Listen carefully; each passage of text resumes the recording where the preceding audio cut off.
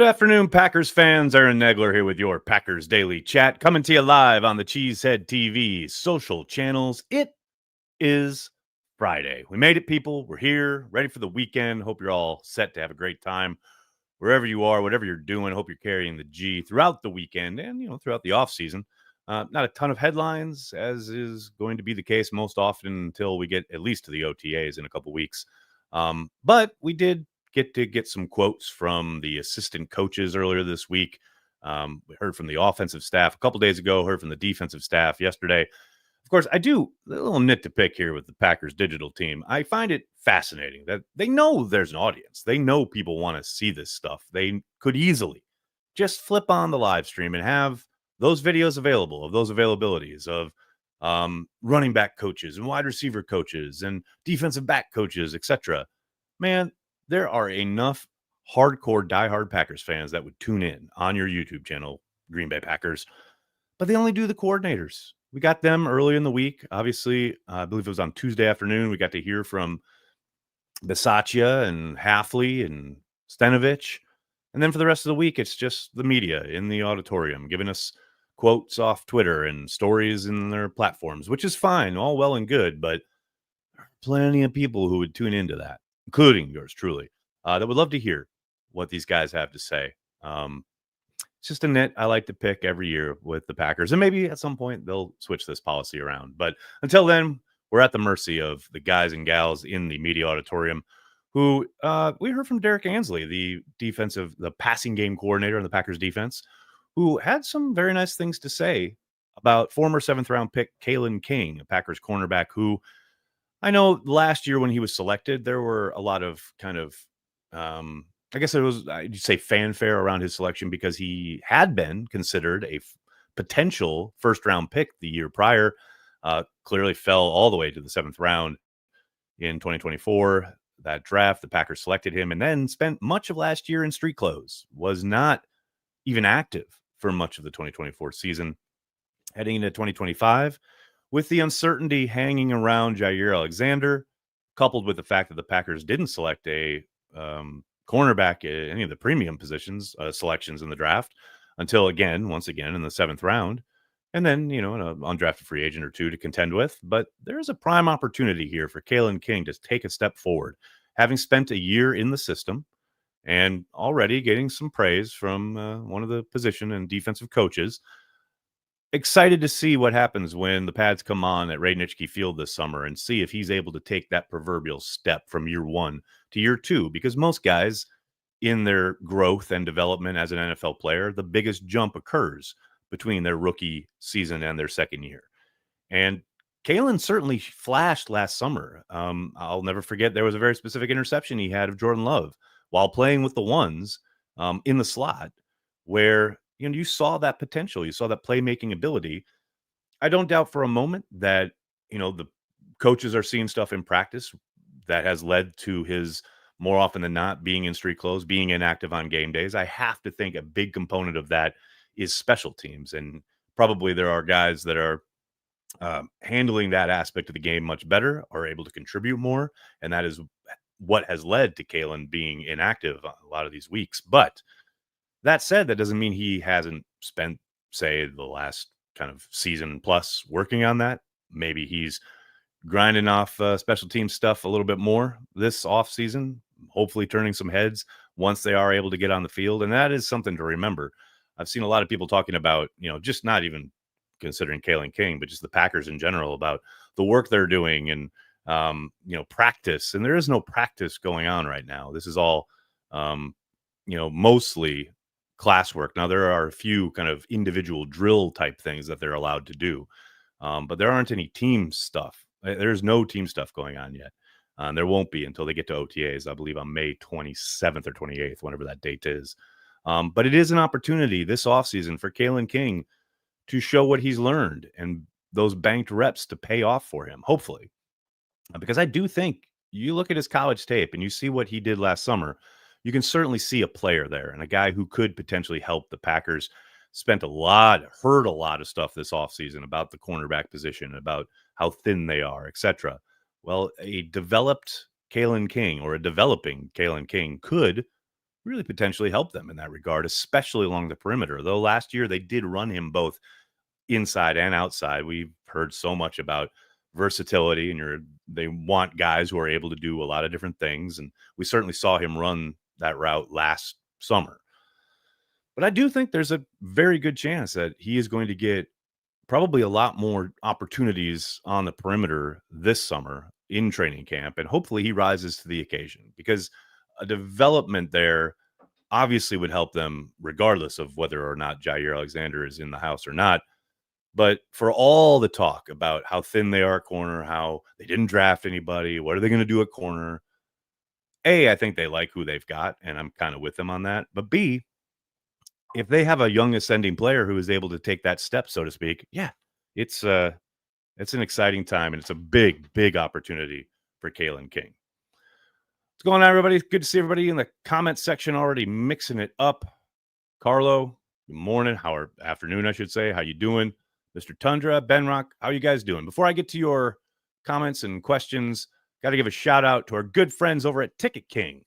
That's right. Based in Wisconsin since 1992, Ticket King is located across the street from Lambeau Field on Oneida Street. They're happy to help you find just the right tickets for Packers games, from larger groups to single tickets, both home and away.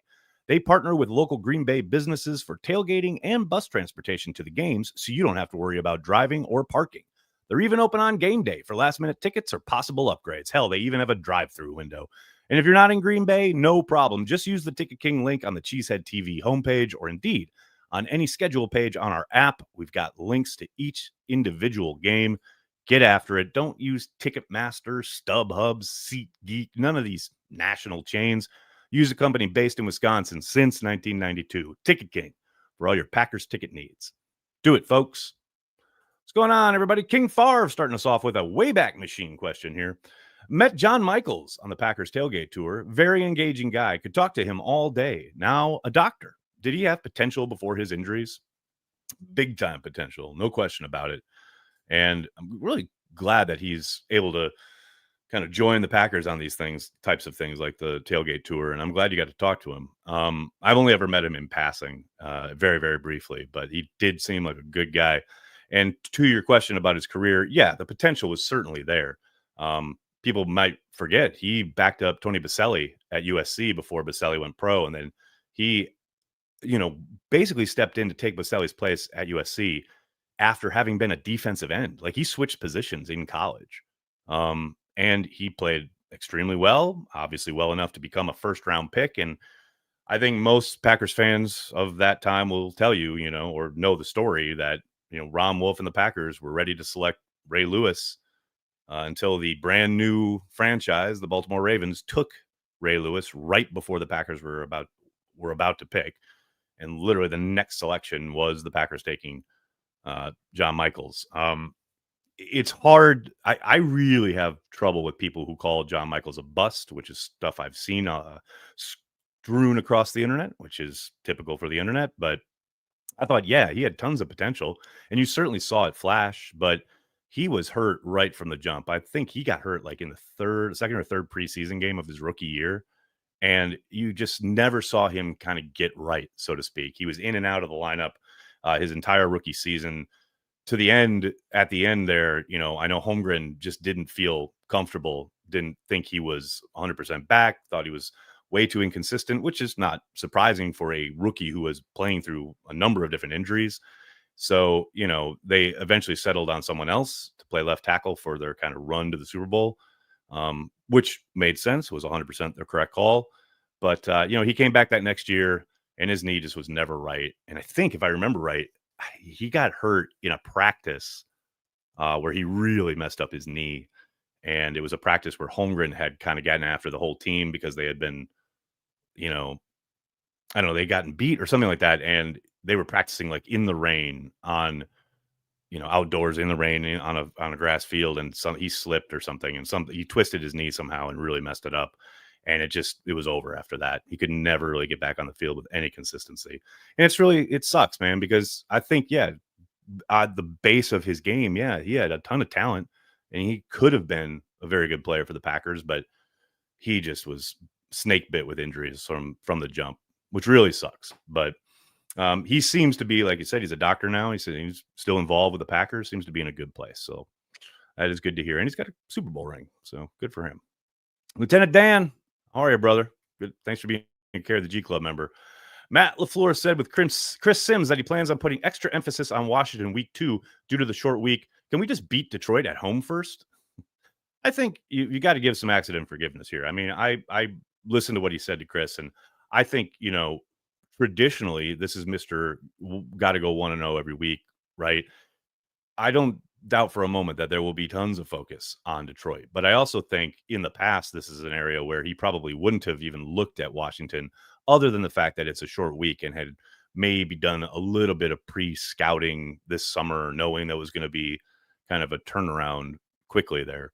But I don't think there's any problem with the idea of, we know we have these 2 games in really short succession, right? Like you got that Sunday and you got a 4-day turnaround right out of the gate.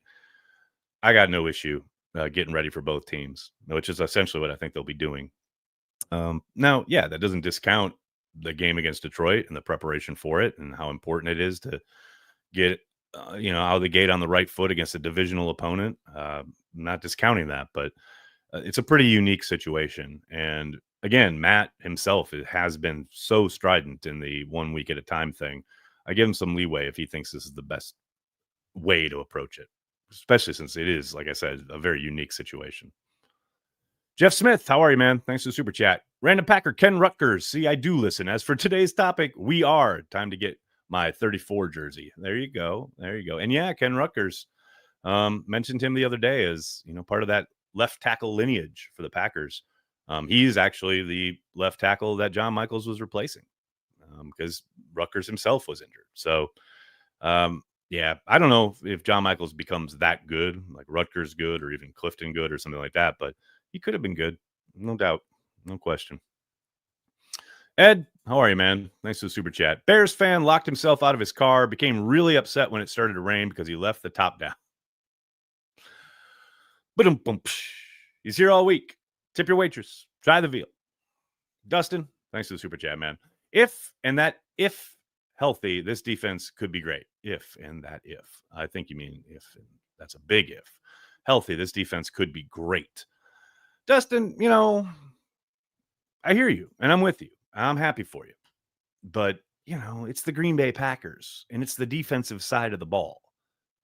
I come in with very minimal expectation. I know people love it this time of year to talk about a potential top 5 defense. Remember a couple years ago when people were talking about a potential top 5 defense coordinated by Joe Barry? There are receipts. There are plenty of people out there that were talking about it right here on Al Gore's internet. So would he be great? Sure, yeah. But let's get off the field on 3rd down. Let's intercept Jared Goff. Let's get Goff on his back. Let's do the things we need them to do, have that materialize before our eyes, and get excited about it. But I'm going to be very happy when it occurs, if it occurs. And then we move on to the next game. I just, great, top 5, all these things. It's May. I understand. We're all dreaming of football again, and I'm there. I get you. But for me, at least on the defensive side of the ball in Green Bay, Wisconsin, I am about baby steps. Let's get off the field on 3rd down. Then I'll be happy. That'll be the beginning of my happiness. Joe, thanks for the super chat, man. Any Packers with offseason surgeries that will cause them to not be ready for training camp? I mean, Christian Watson is the obvious one there. But outside of that, I don't believe so. Although who knows, after last year where we all assumed that Kingsley Enagbare was going to be missing the first part of the year because of an ACL that apparently never happened. I don't take any of this for granted at this point, but yeah, off the top of my head, Watson's the main one, the headliner, right? Now, every once in a while, and it's rare, but it does sometimes occur where we get into the start of training camp and suddenly there are a guy or two placed on the PUP that you're not expecting. Maybe something happened in off-season workouts. Maybe there is some kind of flare-up of an old injury, what have you. And that does occasionally, very rarely that happens, but as of sitting here right now, I can't, nothing off the top of my head kind of that I remember where there's guys that are kind of, worried about maybe not being able to go. I know Matt had mentioned Jaden Reed and the shoulder, and it sounded like from what he said at the owners' meetings that he should be good to go for the start of camp, though he will be limited in some of this offseason work. But again, he didn't. I don't think he had surgery, and I think he'll be good by the time camp begins. Outside of that, I can't remember any others. Ruben, thanks for the super chat. Shawn Michaels was Mr. WrestleMania. I see no bust. John Michaels? I love it. Mr. WrestleMania. Klaus, thanks for the super chat. Appreciate you, man. Thank you for your hard work. Can't wait for kickoff. Klaus, really appreciate it. You're here all the time, man, and you're all the way on the other side of the world. It's kind of amazing to me. I appreciate you, and I appreciate you being a Packers Daily regular. Thanks, brother. Jason, thank you for the super chat. In your opinion, which number 68 offensive lineman had a better Packer career, Gail Gillingham, Greg Koch, or Mike Wall? Well, Greg played when I was little, and Mike Wall is probably one of the best offensive linemen I ever saw with my own two eyes. But I know from the folks that were there at the time, and including his coaches and teammates, Gail Gillingham is one of the best to ever do it. So I would probably give that nod to Gillingham. But having not really watched a ton of his film, I've seen some, obviously, but from everything I've read and kind of dove into, it would probably be Gillingham, would be my guess. But like I said, Mike Wall is one of the best linemen I ever saw play with my own two eyes. That year in 2003, when Amon Green went ham and Brett Favre had a busted thumb and the whole world knew they were going to run the ball, that's hard to do. The whole stadium knows you're running the ball and you're still able to run the ball. That was because of guys like Mike Wall and Marco Rivera and that whole line up front. And it's crazy because sometimes I think people forget Mike Wall came in and started at tackle. And I'm not going to say it was a disaster, but it was not a good start for him out there on the outside. But man, once they moved him inside, he really found his kind of groove, and he really became, like I said, one of the best that we've seen at that guard spot in Green Bay. No doubt about it.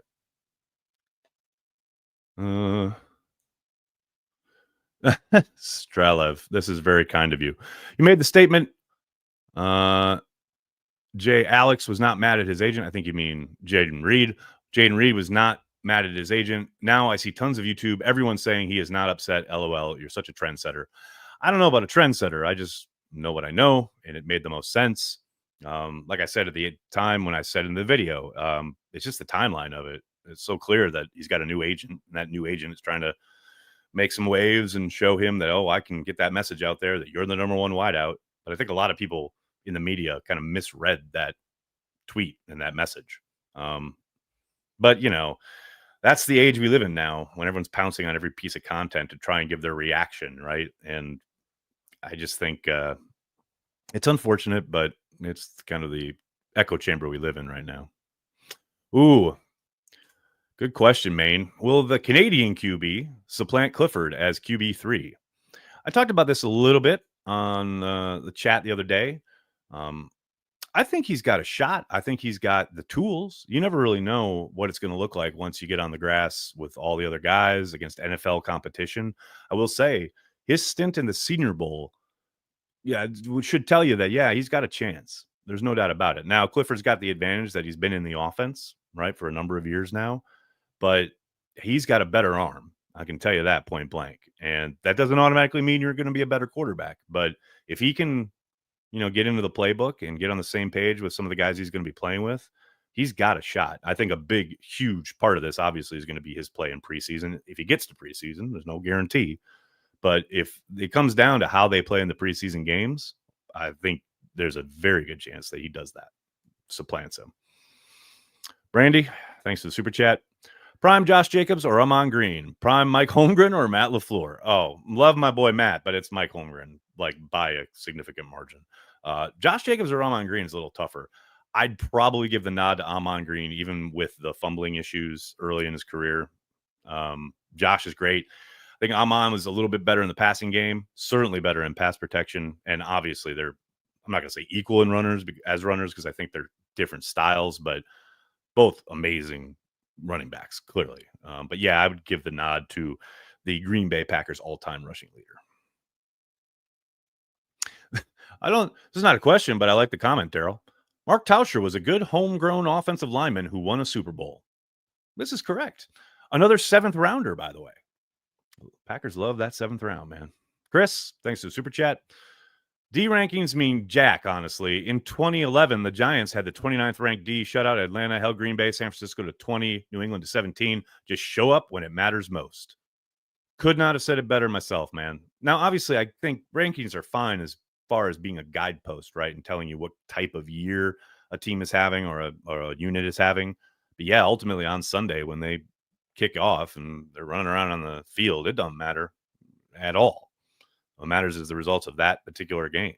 I know I've talked about this before, but like that year where Indianapolis came in with one of the worst ranked defenses against the run in the playoffs, they had like 3 games in a row where they absolutely stifled their opponents on the ground. Like all that matters is what you do that Sunday. No question about it. Dustin, I like how you're dreaming, man. Can't wait for the Packers to play in LA February 7th. I'm excited for the Super Bowl because then a couple weeks later, I'm going to Disney with my girls for the first time, like all of us. And I'm very excited about that. So, yes, the Packers in the Super Bowl is going to be great. Cannot wait. Oh, Taylor tells me Purdy just got paid. Obviously, I am not on Twitter at the moment, though I can probably take a look, see if it comes up right. Yep, there it is. 49ers and Brock Purdy agree to terms on a 5-year, $265 million contract extension, including $181 million in total guarantees. Of course, none of those numbers mean anything. It'll be interesting to see the actual contract and what the breakdown of the guarantees are for real, and most importantly, what the cap hit is. But hey, Purdy got paid. That's funny that they do it on a Friday. Talk about a Friday news dump. Hi, Powered. How are you, man? Who gets the first INT? Ooh. I'm going to go with Quay Walker. I know everyone's thinking a corner or a safety. Quay Walker, they're going to be playing like cover 2 against a disguised cover 2 against Jared Goff. And Goff is going to try and throw over the middle. And big play, Quay is going to get him. That's where I'm living right now. That is how I am living. This is amazing, Devin. What a question. Who performed better coming out of retirement for 2025, T.O. or AP? I got to give it to AP. One of the most violent runners I've ever seen in my life. And I got to imagine he's probably still right there. I'd be surprised if either one were able to hold up for more than a few plays in a modern game. But yeah, give me AP out of those two. Matt Master C, how are you, man? Packers fan from New Orleans here. Go Pack Go. I was able to watch them beat the Saints on December 23rd, 2024 live in Green Bay. It was too cold. Oh, that's phenomenal. Yeah, that was a cold one, but I'm glad you got to be there at least. That's great. You got to go to Lambeau. A lot of people jealous of that. But I do love New Orleans. Been there a couple times now in the last year, and I really love that town, man. That is a phenomenal spot. I was just down there for the Super Bowl, obviously, and then I was back down there a couple weeks later. I absolutely love that town. I'm jealous of you. Do I think Aaron Mosby will get time on this D-line with the rookies coming in? Isaiah, I think he'll have an opportunity early. He's got to make the most of it. But, it doesn't really matter if there's a guy out there who was drafted this year or if he's out there with the 2s and 3s and making plays and maybe he gets some opportunities with the 1s. It's going to really be up to how much he's able to take advantage of the limited snaps he's probably going to see with the 1s.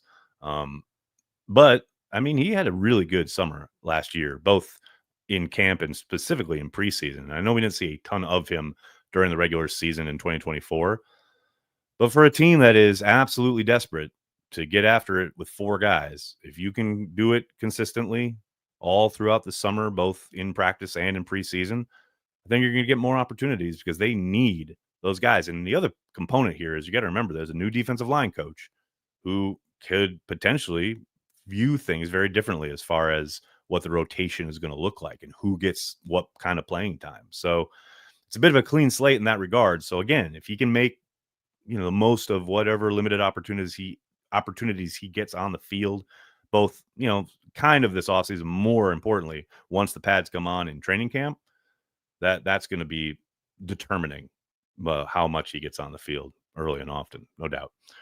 All right, everybody, I'm going to get going. I cannot thank you enough for hanging out, talking Packers each and every day, Monday through Friday, right here on the Cheesehead TV social channels. Please do me a monster favor and hit like on the video, subscribe to the channel, and then tell your friends and tell your family. Cheesehead TV, we are devoted to Green Bay Packers fans worldwide. Thanks a lot, everybody. Have a great weekend. Go Pack, go.